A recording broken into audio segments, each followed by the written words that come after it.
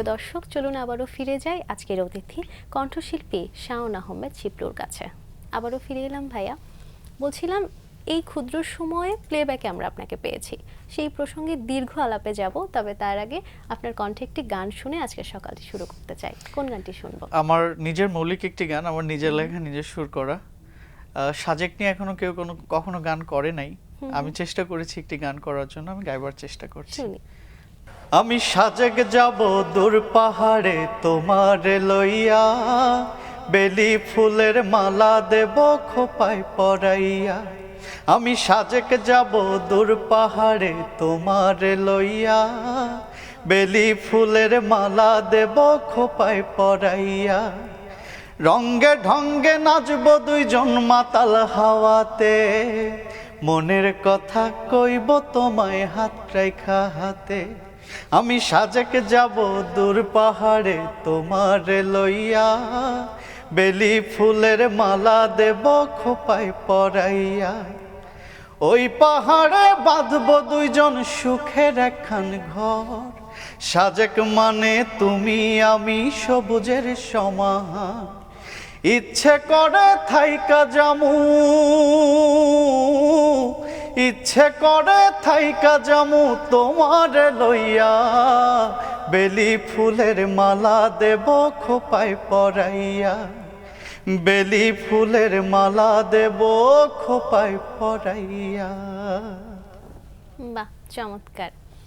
অন্তর্জাল মুভিতে আমরা থিম সঙ্গে আপনাকে পেয়েছি, এটি তো নিশ্চয়ই ভীষণ দারুণ একটি অভিজ্ঞতা। সেই গল্পটি জানবো। আমি তখন আমার গ্রামের বাড়ি নড়াইলে, আমি নড়াইলে ছিলাম। তো আমার একটা ছোট ভাই আছে জয়, তো হঠাৎ করে বললো চলো ঢাকা যেতে হবে, একটা মুভির গান করতে। আমি কখনো শুনিনি তখনও গানটা, তো হঠাৎ করে এসে ভয়েস দিলাম স্টুডিওতে, দেওয়ার পরে বলতেছে এটা হচ্ছে অন্তর্জাল মুভির থিম সং। এই যে প্লেব্যাকে আমরা আপনাকে পেলাম, এবার একটু পেছনে ফিরে যেতে চাই, শুরুর গল্পটা জানবো, কিভাবে গানে আসা? আমি একদমই গ্রামের ছেলে। তো আমরা ছোটবেলায় যখন রাস্তা দিয়ে দেখবেন আইসক্রিম যখন ওই চাইতো আর কি, তখন আমি দৌড়ে যেতাম যে ভাই আমি একটা গান করব। তখন আমি তো যখন ছোট ছিলাম তখন আমার মুখের দিকে তাকিয়ে থাকতো, তুমি গান করবা? আমি বললাম হ্যাঁ আমি গান করব। তখন দিল, ওই যে গাইলাম, আশেপাশে আমার পাড়ার আশেপাশে দেখলো যে না ছেলেটা তো ভালোই গান করে।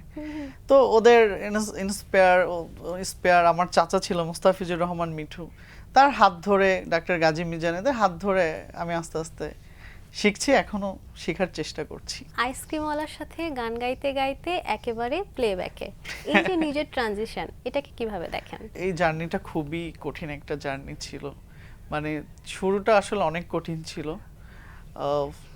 গ্রাম থেকে শহরে যাওয়া, সেখানে উস্তাদ তার কাছে গান শেখা, হ্যাঁ, তারপরে দু এক জায়গায় স্টেজে পারফর্ম করা, করতে করতেই চেনা জানার মাধ্যমে একটা সংযোগ হয়ে গেছে। একটু শুনবো আপনার গুরুদের গল্প।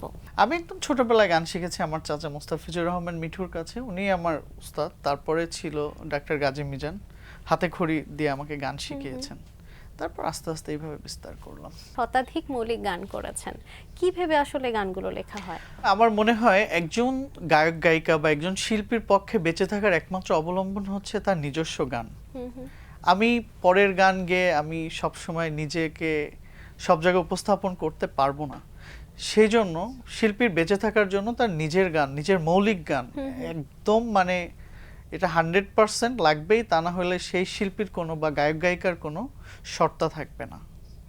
এই জন্য আমি মৌলিক গানের প্রতি সবসময় বেশি প্রাধান্য দিয়েছি। এখন তো আসলে দর্শক শুধু গান শোনে না, গান দেখেও।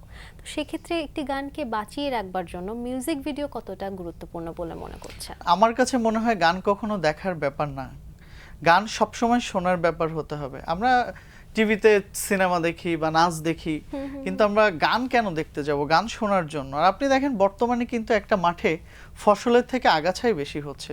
প্রকৃত যারা ভালো কৃষক তারা ওই আগাছাগুলো দূর করে ভালো ফসলগুলো ঘরে তুলবে। তো ঠিকই তেমনি যেমন একজন ভালো শ্রোতা, আপনি দেখবেন ওই খারাপ গানগুলোর মধ্যে থেকে ভালো গানগুলোই বেছে নিবে। তো মঞ্চে কি ধরনের গান করা হয়? আমরা কমার্শিয়াল গান যেহেতু করি, আমাদের সব ধরনের গানই করতে হয়।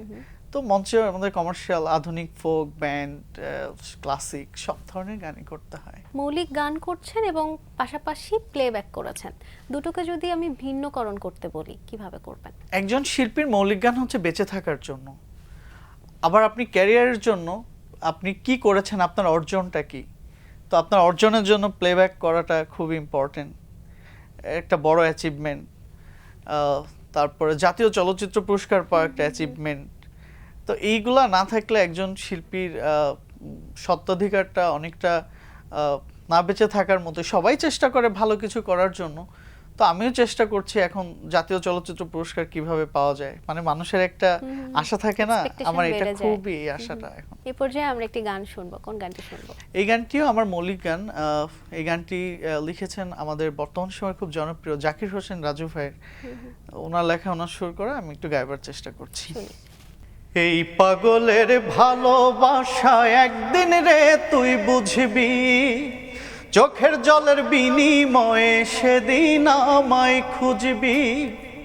আমি পাগল সব হারাইছি তোরে ভালোবাসা, নিঃস্ব হলাম এখন আমি মিছামিছি কাছে আইসা।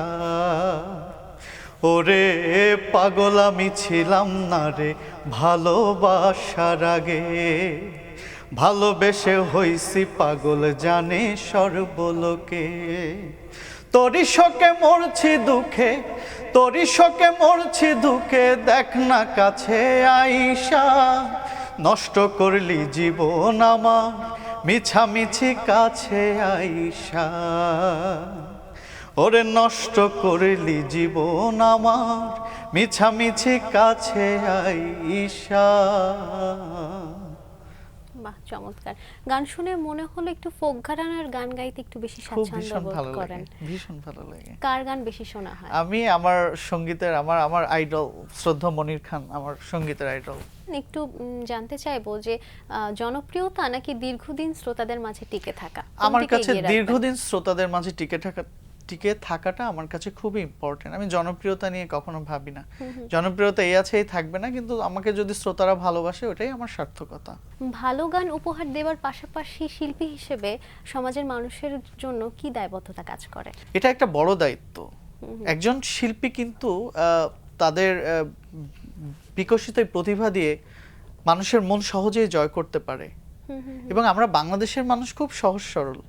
আমরা মাটি মানুষের যে গানগুলো, এই গানগুলো দিয়ে কিন্তু খুব সহজে মানুষের মধ্যে বিচরণ করতে পারি এবং খুব সহজে কানেক্ট করতে পারি। তো এর থেকে আর বড় মাধ্যম আমার মনে হয় না আর কিছু আছে। তরুণ প্রজন্মের কাছে আপনার কি মেসেজ থাকবে? অবশ্যই গান করতে হবে, কিন্তু গানের পাশাপাশি লেখাপড়া এবং পাশাপাশি কিছু একটা অবশ্যই করতে হবে। দুটা দিয়ে আপনি খুব সুন্দরভাবে জীবনযাপন করতে পারবেন এবং মানুষের মাঝে একটা সম্মানিত ভাব নিয়ে থাকতে পারবেন। মানুষ আপনাকে নিয়ে সবাই গর্ববোধ করবে, না এই ছেলেটা এত ভালো গান বা এই মেয়েটা এত ভালো গান করে, পাশাপাশি কিছু করছে। সবকিছু মিলে একটা অসাধারণ একটা মানুষ হিসেবে গড়ে ওঠা যাবে। গান তো আসলে গুরুমুখী বিদ্যা এবং ভীষণ সংবেদনশীল একটি পেশা। তো এটিকে আসলে যারা এত সহজভাবে নিচ্ছে তাদের প্রতি আপনার কি ধারণা, কিভাবে নিচ্ছেন? গান এত সহজ না, গান এত সহজ না। আমি ইচ্ছা করলে আমি গান গাইতে পারবো না। গান অনেকেই গায়, মানে সবাই বলে না আসলে যে গান গায় সেই গায়ক, শিল্পী কয়জন। তো গান অনেকেই গাচ্ছে। ওই যে বললাম যে ভালো কৃষক যারা, তারা ভালো ফসলগুলো অবশ্যই ঘরে তুলবে। ভবিষ্যৎ পরিকল্পনা কি? গান নিয়ে নিজেকে কোথায় দেখতে চান? ভবিষ্যৎ পরিকল্পনা, আমি শ্রোতাদের মাঝে বেঁচে থাকতে চাই। প্লেব্যাক নিয়ে যদি বলি, সামনের দিনের পরিকল্পনা কি? বেশ কিছু কাজ আমরা খুব রিসেন্টলি করব ইনশাআল্লাহ। আমার অনেক ইচ্ছা আরো ভালো ভালো কাজ করার। আমি সবসময় না গানের প্রতি একটা ক্ষুধা থাকে আমার, যে আমি আমার এটা থেকে এটা ভালো করতে হবে, এটা থেকে এটা ভালো করতে হবে। এই ক্ষুধাটা আমার মধ্যে সবসময় থাকে। যেহেতু বেশ কয়েকটি মিউজিক ভিডিওতে আমরা আপনাকে পেয়েছি, আমি যদি বলি যে এখন পর্যন্ত উল্লেখযোগ্য মিউজিক ভিডিওর কথা যদি জানতে চাই, কোনগুলোর কথা বলবেন? আমার তো খুলনা বিভাগ ছিল। আমি খুলনা বিভাগ নিয়ে একটি চমৎকার গান করেছিলাম। ওইটা আমি নিজে মিউজিক ভিডিও করেছি। তারপরে অলিরও কথা শুনে বকুল হাসে, এটা আমি মিউজিক ভিডিও করেছি। একটি কভার সং ছিল। যশোর নিয়ে একটি গান করেছিলাম, ওইটা আমি মিউজিক ভিডিও করেছি। এইভাবে বেশ কিছু, আমি প্রায় 40টা গানের মিউজিক ভিডিও করেছি। মডেল হিসেবেও নিশ্চয়ই কাজ করেছেন। হ্যাঁ, মডেল হিসাবে অভিজ্ঞতা অ্যাকচুয়ালি আমি মডেল হিসেবে খুব একটা পারদর্শিতা মনে হয় না, কারণ আমি গান করি, আমি মডেল হতে চাই না। তো কিছু কিছু জায়গায় আমাকে জোর করে করতে হয়েছিল, তো এভাবে করেছি। কিন্তু আমি গান গেয়ে বেশি স্বাচ্ছন্দ্য বোধ করি। গানই আমার জীবনের সব। যেহেতু নিজে গান লেখেন, নিশ্চয়ই আপনার লেখা গান অন্যরা গাইছে। হ্যাঁ, তো এই বিষয়টি আসলে কেমন লাগে? এটা আমার খুব ভালো লাগে যে আমার গান অন্য কেউ গাইছে। এটা গাইলে না তখন নিজের কাছে খুব একটা অন্যরকম ভালোবাসার অনুভূতি মনে হয়। অন্যের গান গাইবার প্রসঙ্গ যেহেতু আসলো, একটু জানতে চাইবো যে অনেকেই তো আসলে অন্যের গান কভার করে জনপ্রিয়তা পাচ্ছে। এই বিষয়টিকে একজন শিল্পী হিসেবে কিভাবে দেখছেন? এটা দোষের কিছু না। ভালো জিনিস, ভালো গান হইলে অবশ্যই কভার সং করা যায়। বাংলাদেশে এখন অজস্র, যেমন আমরা শাহ আব্দুল করিম স্যারের গান অনেকেই করে আজকে জনপ্রিয়তা লাভ করেছে।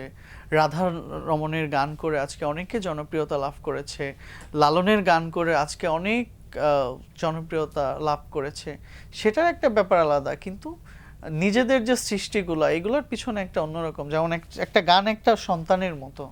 একটা বাচ্চাকে যখন নিজে ছোট থেকে বড় করা হয়, মানে লালন পালন করে, তখন তার প্রতি যে মায়াটা থাকে, আপনি অন্য একটা ছেলের উপর ওই মায়াটা আপনি দেখাতে পারবেন না। সামনে আমরা নতুন কি কি গান পেতে চলেছি? সামনে আমার 130টা গানের প্রজেক্ট আমরা করছি এমএস মাহফুজ ভাইয়ের কথা সুরে। তো আমার প্রতি সপ্তাহে একটা করে গান রিলিজ হয়। খুব ভালো লাগলো ভাই আড্ডা দিয়ে। আয়োজনের একেবারে শেষ পর্যায়ে চলে এসেছি। দর্শকদের উদ্দেশ্যে যদি কিছু বলার থাকে। আপনারা সবসময় ভালো গানের সাথে থাকবেন, বাংলা গানের সাথে থাকবেন, আমাদের জন্য অবশ্যই দোয়া করবেন।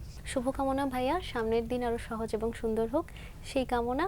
আপনার কণ্ঠে একটি গান শুনতে শুনতে আজ বিদায় নেব, তবে তার আগে আমি আমার দর্শকদের থেকে বিদায় নিয়ে আসি। প্রিয় দর্শক, এতক্ষণ কথা হচ্ছিল অতিথির সঙ্গে, এবার সময় হলো বিদায় নেবার। আমাদের অনুষ্ঠান সম্পর্কে আপনার যে কোনো মতামত ও পরামর্শ জানাতে লিখুন এই ঠিকানায়। প্রযোজক দিন প্রতিদিন, Bangla vision, note tower 110 Bir Uttom, CR Dutta road, Dhaka 1205। Phone নম্বর 96320303 আমাদের ইমেল অ্যাড্রেস dinprotidin@banglavision.tv। মার্কিন লেখক লুইস লামোরের একটি উক্তি বলে বিদায় নেব আজ। তিনি বলেছেন, জ্ঞানীরা জেতার জন্য যুদ্ধ করেন, আর বোকা তারা যারা যুদ্ধে হেরে গেলে কি করবেন তা নিয়ে কোনো পরিকল্পনা করেন না। প্রিয় দর্শক, সবাই ভালো থাকুন, সুস্থ ও সুন্দর থাকুন।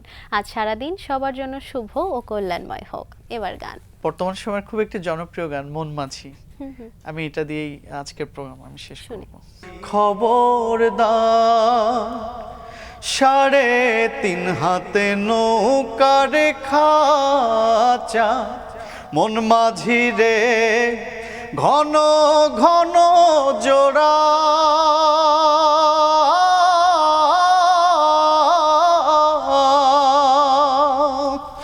সাড়ে 3 হাতে নৌকার খাঁচা, মন মাঝি রে ঘন ঘন জোড়া,